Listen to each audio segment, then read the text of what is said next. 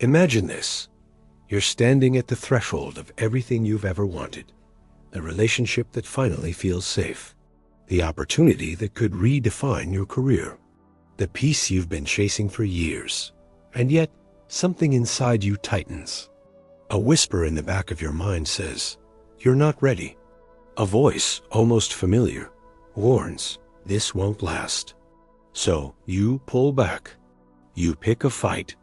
You procrastinate just long enough to watch it all slip through your fingers again. Then you do what you always do. You call it bad timing. You say you weren't really ready. You tell yourself it probably wasn't meant for you. But deep down, you know that's a lie, because this isn't the first time. It's a pattern. And worse, it feels personal. Like there's something broken inside you that keeps ruining everything good before it even begins. But what if it's not brokenness? What if it's something else, something far older, far more cunning than self-doubt or low self-esteem? What if the part of you that keeps sabotaging love, success, joy, is the same part that once protected you from pain? Now, it's just confused. It thinks safety means loneliness. It thinks survival means failure. It thinks happiness is dangerous. And it acts accordingly. Carl Jung didn't call it self-sabotage. He called it the unconscious. A vast, invisible realm within you that stores every fear you've forgotten, every truth you've avoided, and every wound you've buried. It watches you. It waits for you. And when you finally dare to touch something beautiful, it steps in not to destroy you, but to protect you from what it believes might hurt again. You see, your unconscious mind doesn't care about your dreams. It doesn't care about your 5-year plan. It only cares about one thing, keeping you alive. And for most of your life, pain meant risk. Love meant abandonment. Success meant exposure. Trust meant betrayal. So now, even in your calmest moments, a war is raging beneath the surface. A part of you wants more. A deeper love. A louder voice. A life you don't have to numb yourself to survive. But another part of you? It remembers the first time you were vulnerable and got hurt. It remembers the silence after you opened up. It remembers the laughter when you shared your dreams. And that part has built walls, not out of malice, out of mercy. Because long ago, your unconscious decided it's safer to ruin something beautiful than to risk watching it be taken away.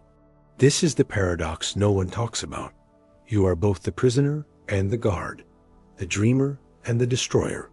You long for connection, but pull away when it gets too close.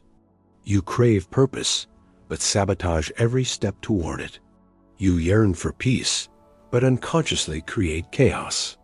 Why? Because the deepest parts of you are still operating from old, data emotional blueprints written during your most vulnerable years. Jung believed that until you bring that unconscious material to light, it will control your life, and you will call it fate. So the question is no longer, why can't I hold on to the good things in my life? The real question, the terrifying question, is this: what inside me believes I don't deserve them? What story am I still carrying that tells me I am unworthy of joy? What unspoken fear convinces me I am safer in the shadows of my potential? And perhaps most disturbing of all, who would I become if I finally let go of this protective pattern? If I stopped sabotaging and started living without fear, would you even recognize yourself? This is not a motivational speech. This is a reckoning. Because what Carl Jung discovered was not just theory, it was a mirror. And in that mirror, most people flinch. Because it doesn't show you who you wish you were. It shows you who you are, the light, the shadow, the fear, and the fury. So if you're ready, really ready, we must go deeper. To trace the origins of this sabotage. To meet the part of you that has been trying to protect you in all the wrong ways. And to understand why the very thing you think is ruining your life might once have been the only thing that saved it. Now, let's uncover the hidden roots of this haunting behavior. You weren't born sabotaging yourself. That instinct, the one that slams the brakes just before everything falls into place, was learned slowly, subtly, under pressure. Like water eroding stone, it formed through moments you barely remember. When you cried for help and no one came. When your joy was mocked, your anger punished, your dreams belittled. When silence kept you safe. When shrinking made you loved, and so you adapted. You made an unconscious agreement with the world. If I play small, I won't be abandoned. If I don't ask for much, I won't be disappointed. If I numb myself, I won't have to feel this. These aren't bad choices. They are survival strategies. Psychic armor forged in the fires of childhood, trauma, shame, and cultural conditioning. But now, they're killing your future. He said, "The greatest burden a child must bear is the unlived life of the parents." Carl Jung understood this better than anyone, because behind every pattern of sabotage is a blueprint you didn't write.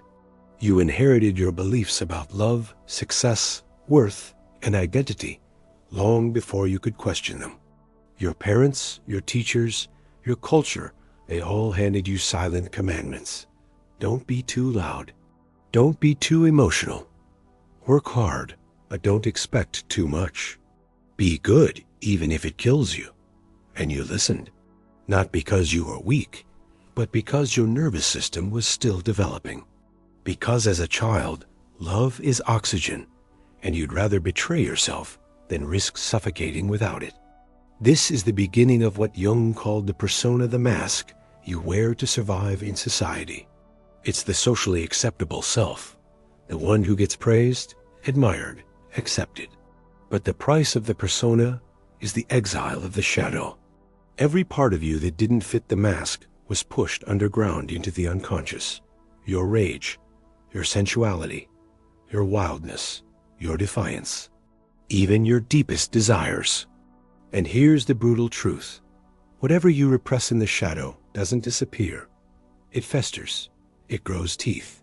It waits. Until the day it erupts not in the form of violence, but in the form of self-sabotage.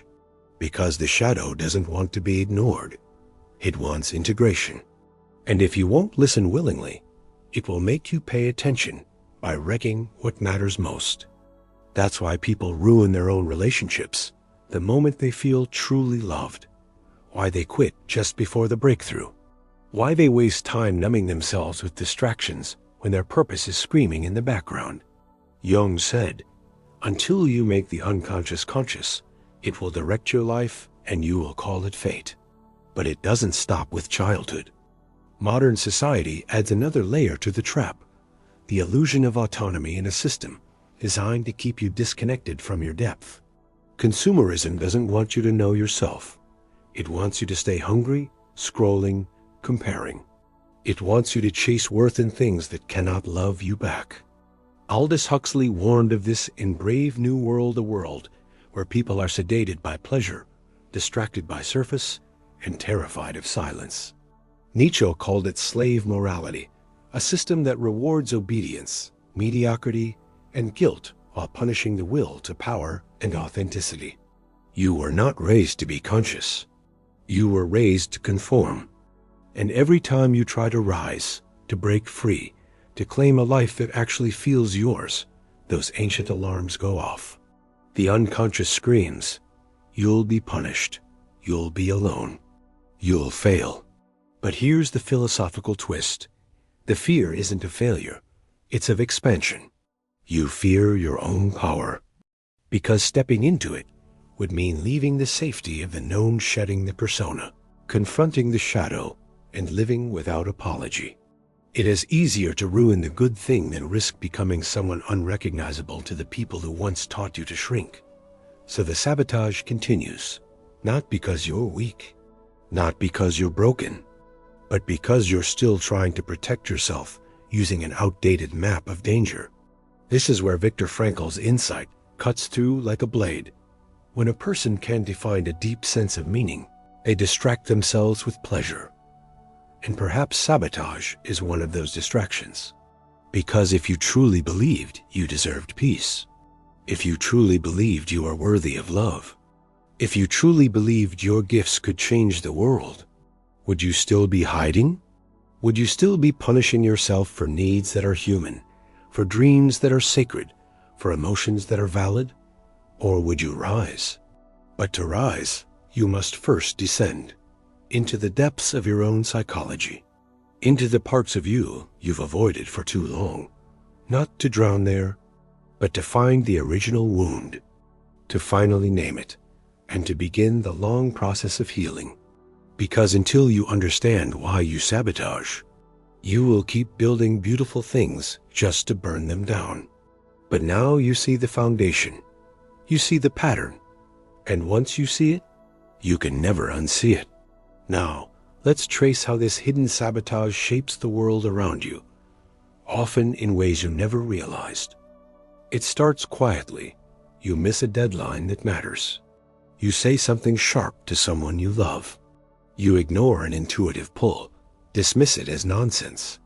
And then, without even realizing it, you begin to retreat not in body, but in spirit. What began as an unconscious protection mechanism has now evolved into a silent architect designing your entire reality. But not the one you want, the one you've been trained to repeat. Because when the shadow is ignored, it doesn't disappear, it infiltrates. It shows up in your relationships, your job, your health, your thoughts. You think it's just how life is, but really, it's how you are, on autopilot. Every choice becomes distorted. Every connection becomes filtered through old pain. You begin to distrust your own joy, because something in you still believes, if it's good, it won't last. And so, without knowing it, you orchestrate the fall. You push away the person who sees you. You stay in the job that crushes your soul. You numb yourself with distractions, addictions, empty rituals. You chase the fantasy instead of facing the truth. And the world? It rewards you for it. It tells you you're responsible, stable, realistic, grounded, but deep down, something inside is screaming, not in rage, but in sorrow. Because every time you sabotage something sacred, you betray a deeper part of yourself. The part that knows you were meant for more. The part that remembers what aliveness feels like. Carl Jung believed the unconscious would do anything to protect you from a pain that once felt unbearable. But in doing so, it often creates a new pain, the slow, quiet death of your authenticity. And that death has consequences. 1. You begin to mistake numbness for peace. You call it balance. You call it being in control. But really, you've just trained yourself not to feel. You fear intensity, even if it's joy. You fear depth, even if it's love, because depth once led to heartbreak. Joy once led to loss. So you stay on the surface, smiling, functional, empty. 2. You become addicted to chaos, disguised as momentum. You tell yourself you're just ambitious. But really, you can't sit still because stillness would force you to face yourself. You jump from project to project, person to person, goal to goal, never letting anything settle, never letting anything fully root. This is dangerous. It can be taken away. Better to end it on your terms. Because the moment it does, the unconscious starts whispering, so you do. Again and again. 3. You attract relationships that confirm your deepest wounds. If you believe you are unworthy of love, you'll find partners who treat you accordingly. If you fear abandonment, you'll attract those who leave.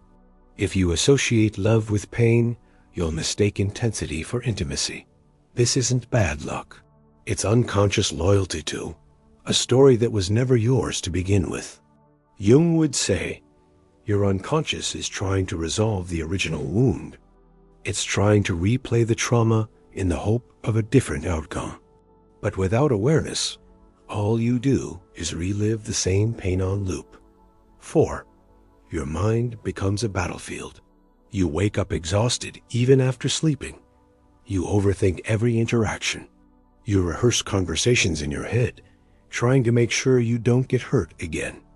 You become hypervigilant, scanning for betrayal, rejection, danger, even when everything is fine. This is the consequence of living in conflict with yourself, because your conscious mind is trying to grow, while your unconscious is trying to protect. And that inner war leaves casualties. 5. You reject opportunities because they don't match your identity. This one is subtle. You get an invitation, a compliment, a break through something that stretches you beyond who you've believed yourself to be. But it feels off, like it's happening to someone else. So you pull back. Why? Because if you accept it, you have to let go of who you've been. You have to shed the false stories. I'm the underdog. I'm the outsider. I always have to struggle. And the truth is, you're attached to those stories. They've given you meaning. They've made you feel special. They've justified the pain. To grow, you would have to mourn them. And mourning is hard. So what happens if you don't stop sabotaging? You get the life that's left over after fear makes the choices.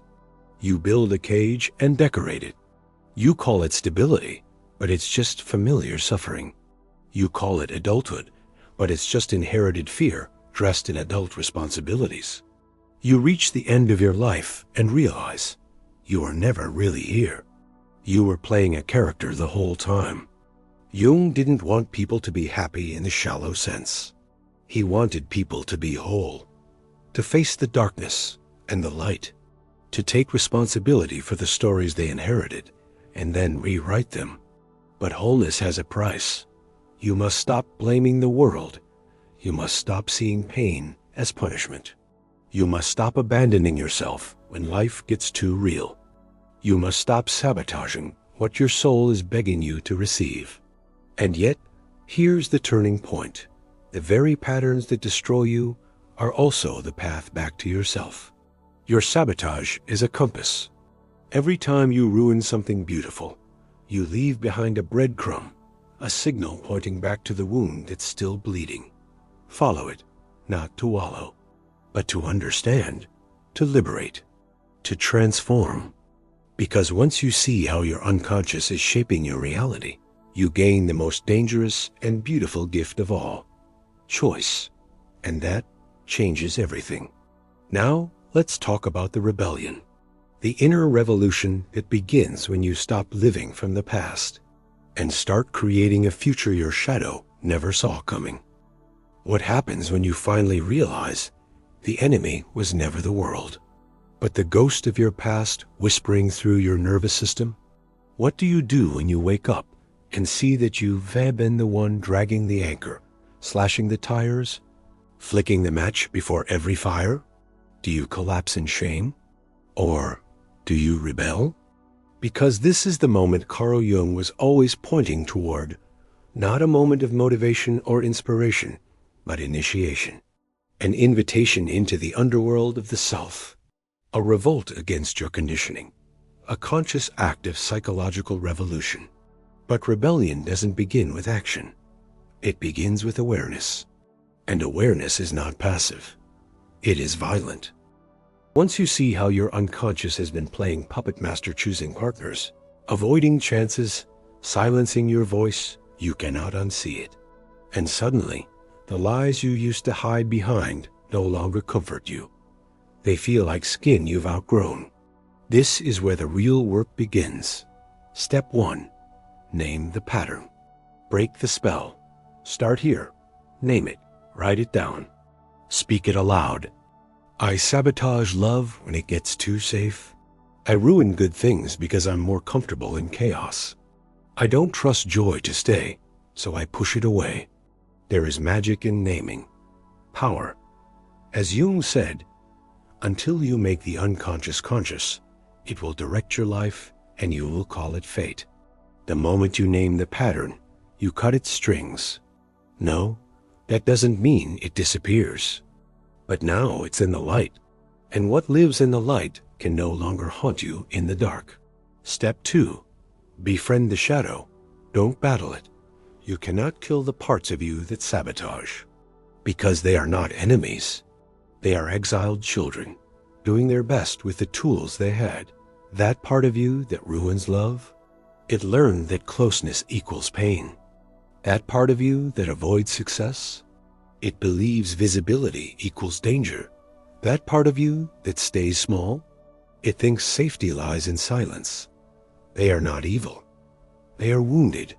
Jung called this shadow integration, not killing the shadow, not overcoming it, integrating it, folding it into your wholeness. Instead of screaming, "Why do I always do this?" try whispering, "What are you trying to protect me from?" Then listen.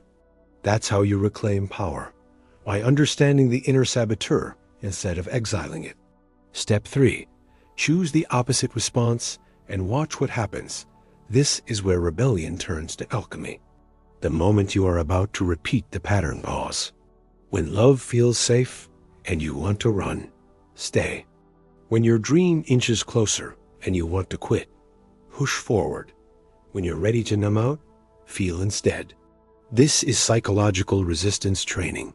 You're building a new nervous system, one that doesn't equate peace with danger, one that doesn't see joy as temporary, one that doesn't collapse under the weight of its own worthiness.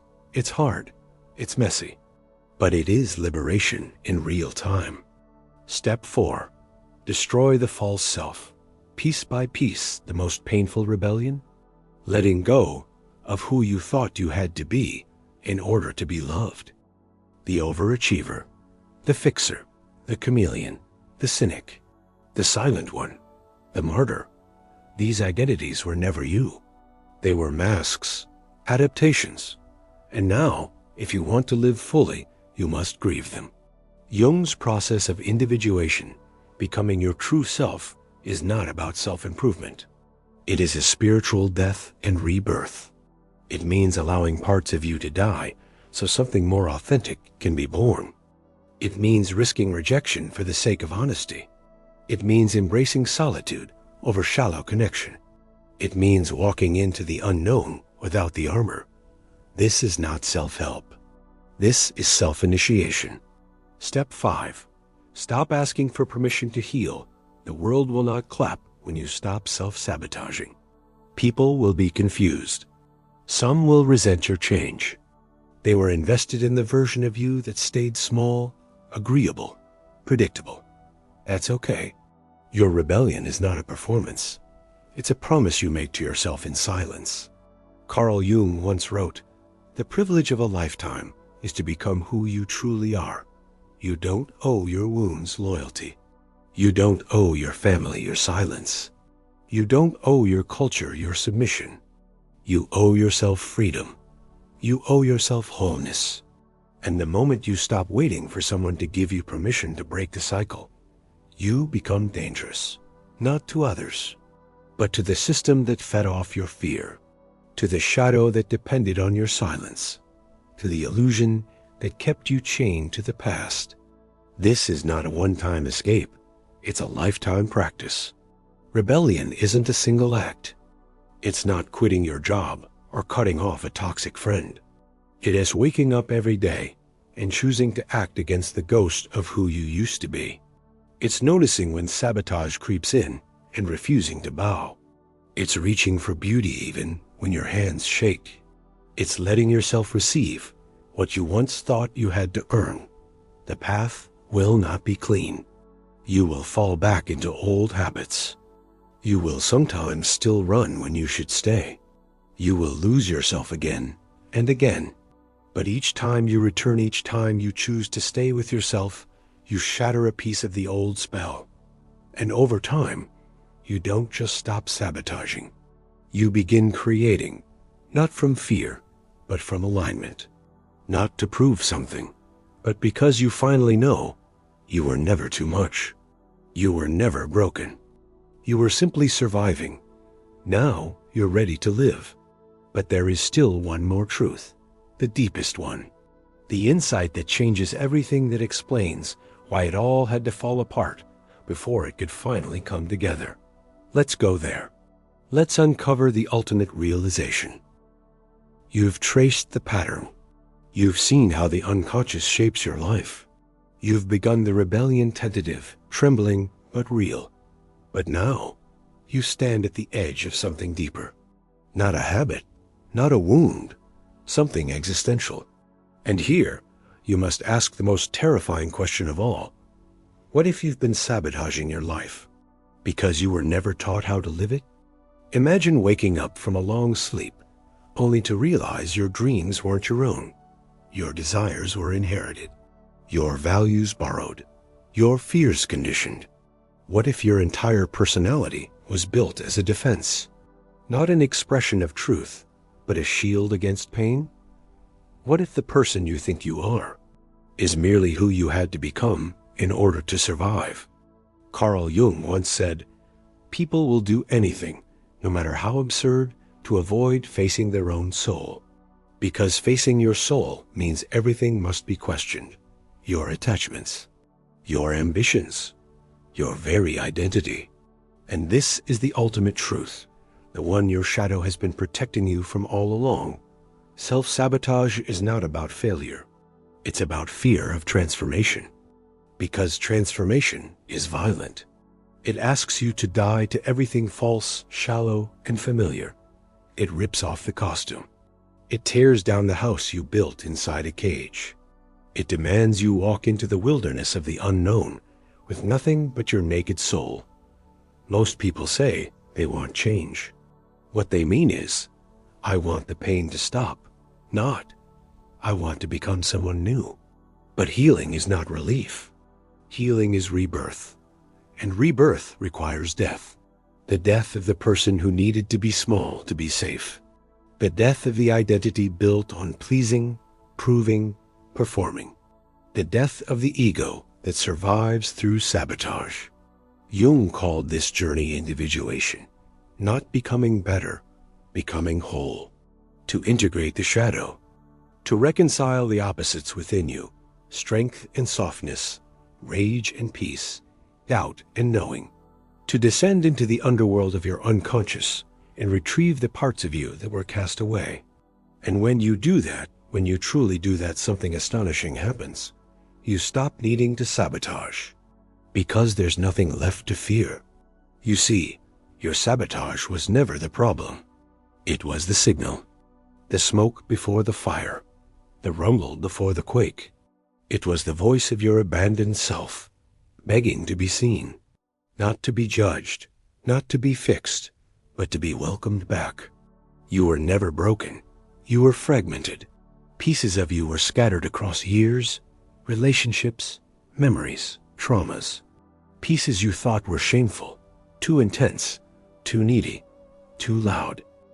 But they were sacred, and they are still waiting for you to stop running, waiting for you to stop editing yourself to be loved, waiting for you to realize that your sabotage was the soul's alarm clock screaming, "Wake up.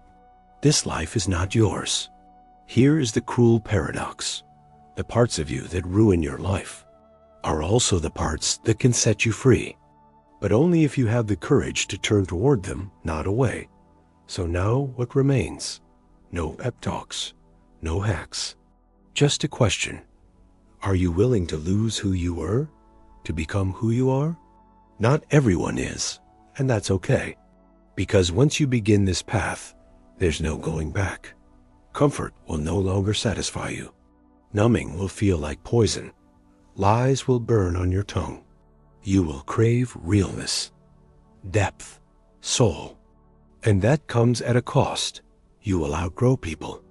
You will dismantle beliefs that once held your world together. You will lose false security and replace it with something terrifying and infinite. Freedom. Freedom to love without waiting for abandonment.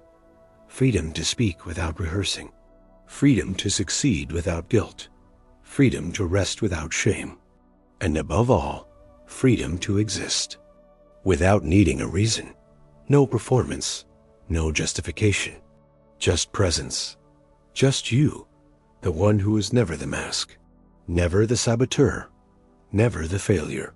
Just a soul lost for a while in the wilderness of forgetting, now finding its way home. So what do you do now? You return, Not to the old life, not to the old self, but to the parts of you that never stopped believing there was more. You sit with the shadow, not as a foe, but as a guide. You walk toward the unconscious, not to control it, but to listen. And you begin building a new life not from fear, but from truth. That is the Jungian way, not escape, not denial, but radical confrontation with the self.